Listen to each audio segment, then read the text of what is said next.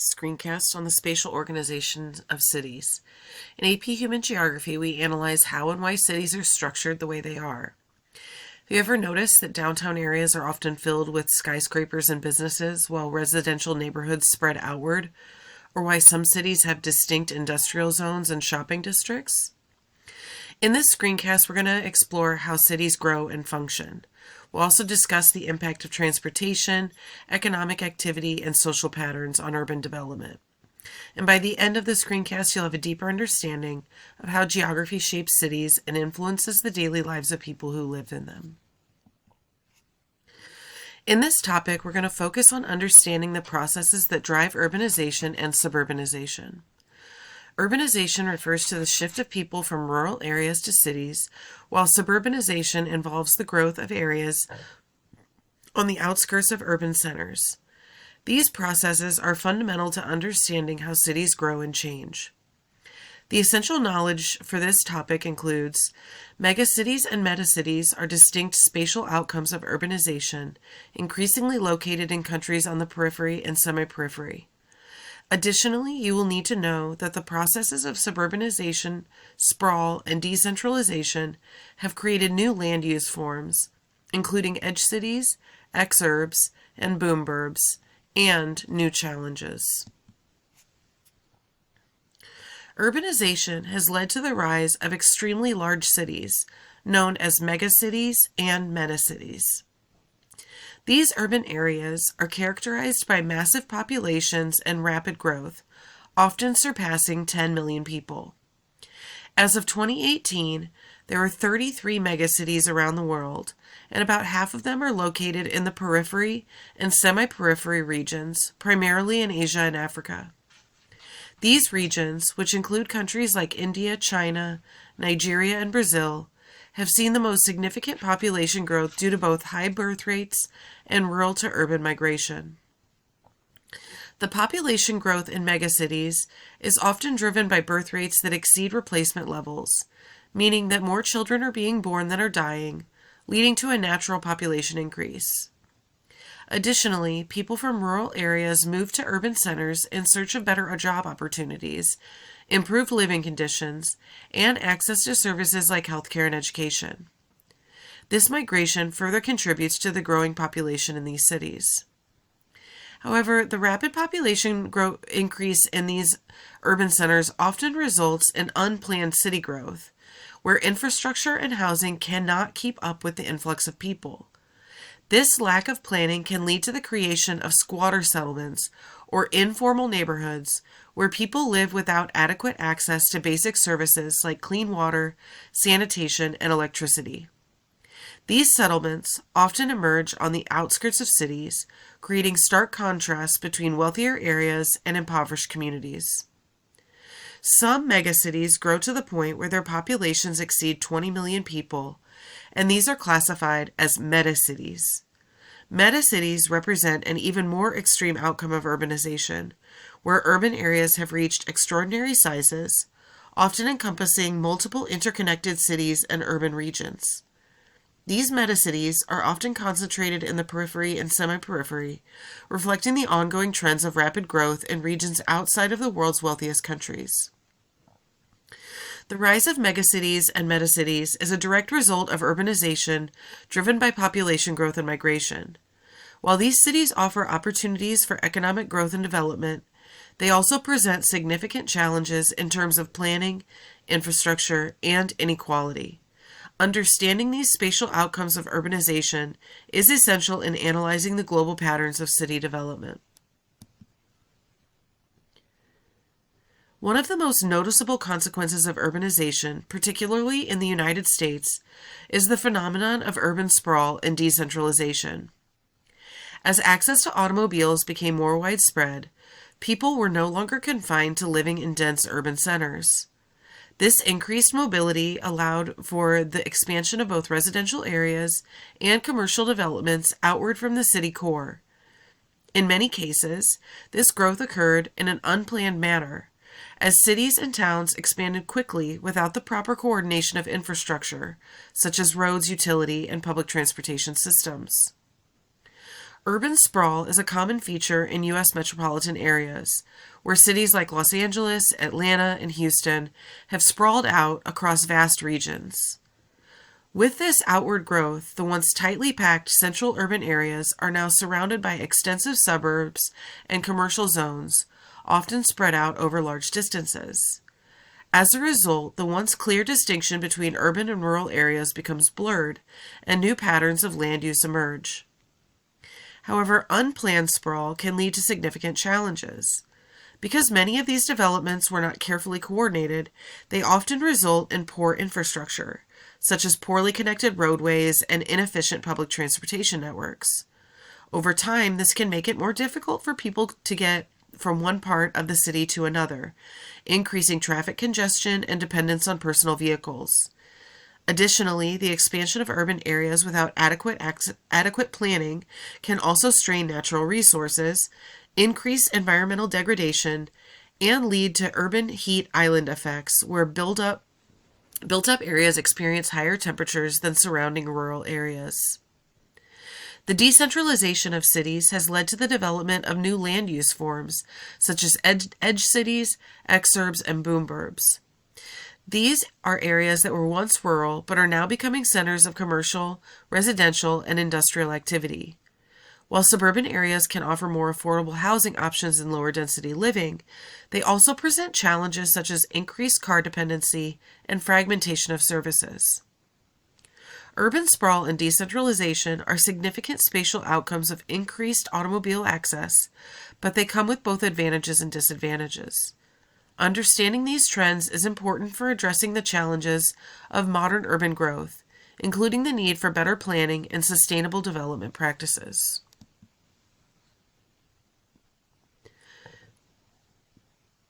Suburbanization refers to the process in which people move from urban city centers to residential areas on the outskirts of cities.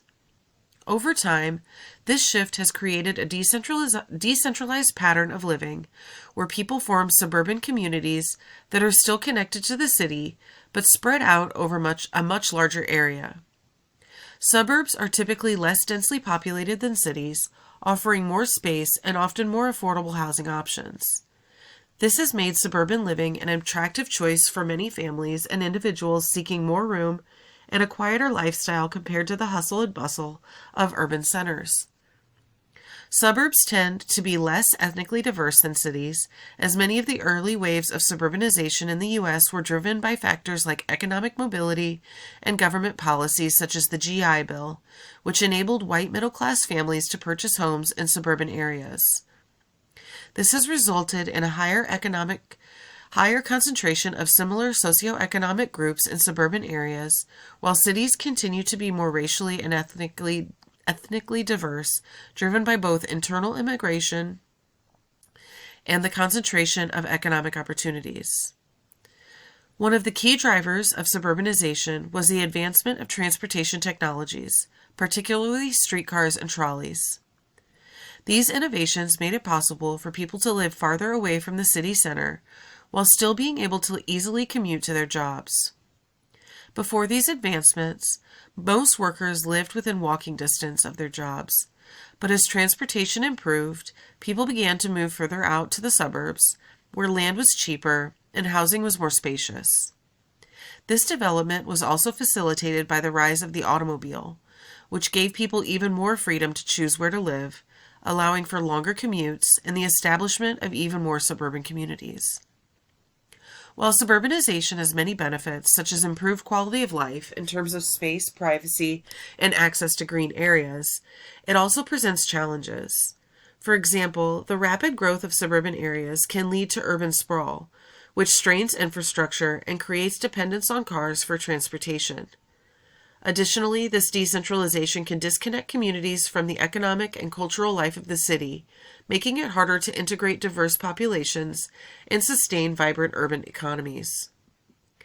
Suburbanization is a major process that reshapes the spatial organization of cities, turning once rural areas into thriving residential and commercial communities. Understanding this trend and its effects is key to understanding how modern cities are structured and how urban growth impacts people and the environment. After World War II, America witnessed a significant shift in where people lived, largely due to a combination of economic advancements and government policies. As the country recovered from the war, economic growth soared, and a suburbanization became a defining feature of American society. One key factor in this shift was the GI Bill, which provided returning veterans with low down payment terms and long-term mortgages. This allowed many families, especially veterans, to purchase homes in suburban areas, something that would have been out of reach for many before the war. The GI Bill opened the door for the growth of a new middle class, eager to settle in newly developed suburban neighborhoods.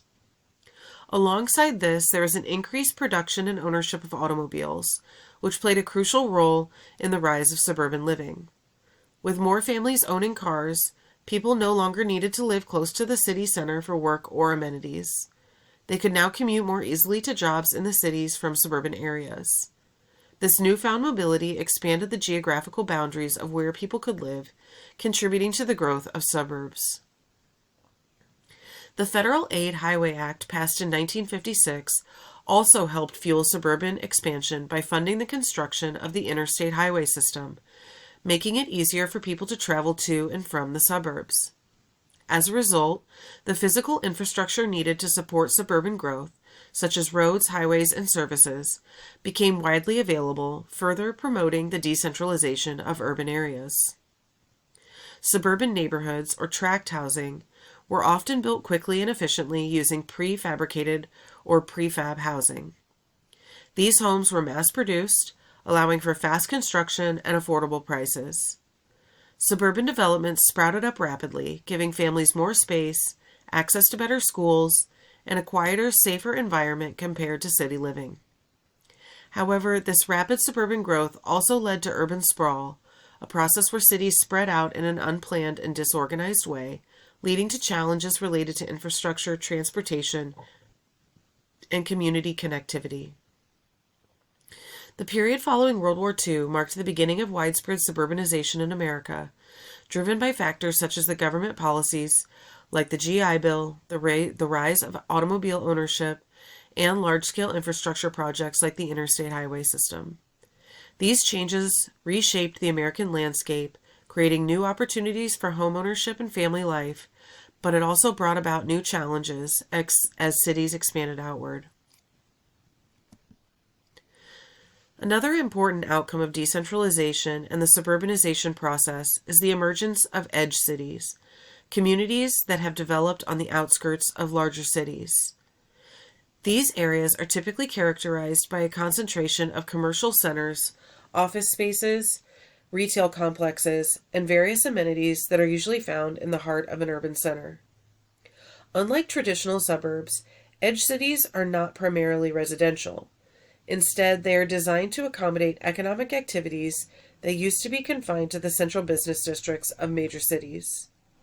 Edge cities have become prominent in the past 30 years as advances in transportation and the growth of suburban areas allowed for the development of these self-sufficient urban-like hubs. People who work in these areas may no longer need to commute to the city center. Instead, edge cities provide job opportunities, shopping, dining, and entertainment within the suburban landscape.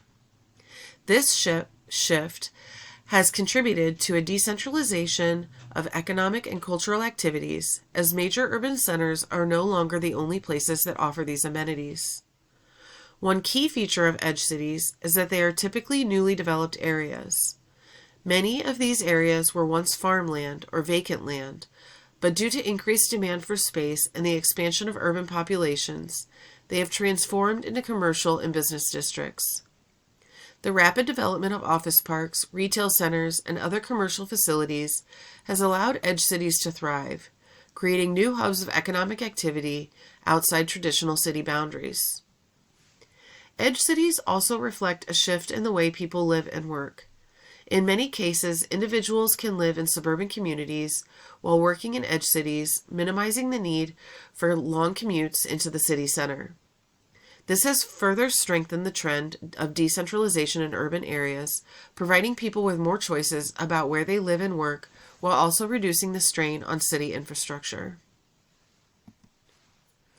Another key phenomenon in the decentralization of urban cities is the rise of boom burbs, suburbs that have grown rapidly and significantly, eventually becoming large and sprawling cities with populations exceeding 100,000 residents. While boom burbs begin as typical suburban areas, their rapid expansion and development cause them to evolve into something much closer to an urban city in both scale and functionality. One of the defining characteristics of boom burbs is their planned communities. These areas are typically developed with intention, often featuring well-organized residential neighborhoods, commercial centers, and other amenities. As more people move to these communities, they begin to merge with neighboring areas, creating a seamless extension of the suburban landscape.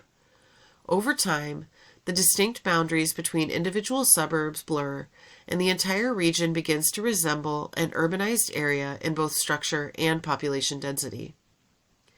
Despite their origins as suburbs, boom burbs feel suburban in many ways, offering quieter residential areas and more space than traditional urban centers.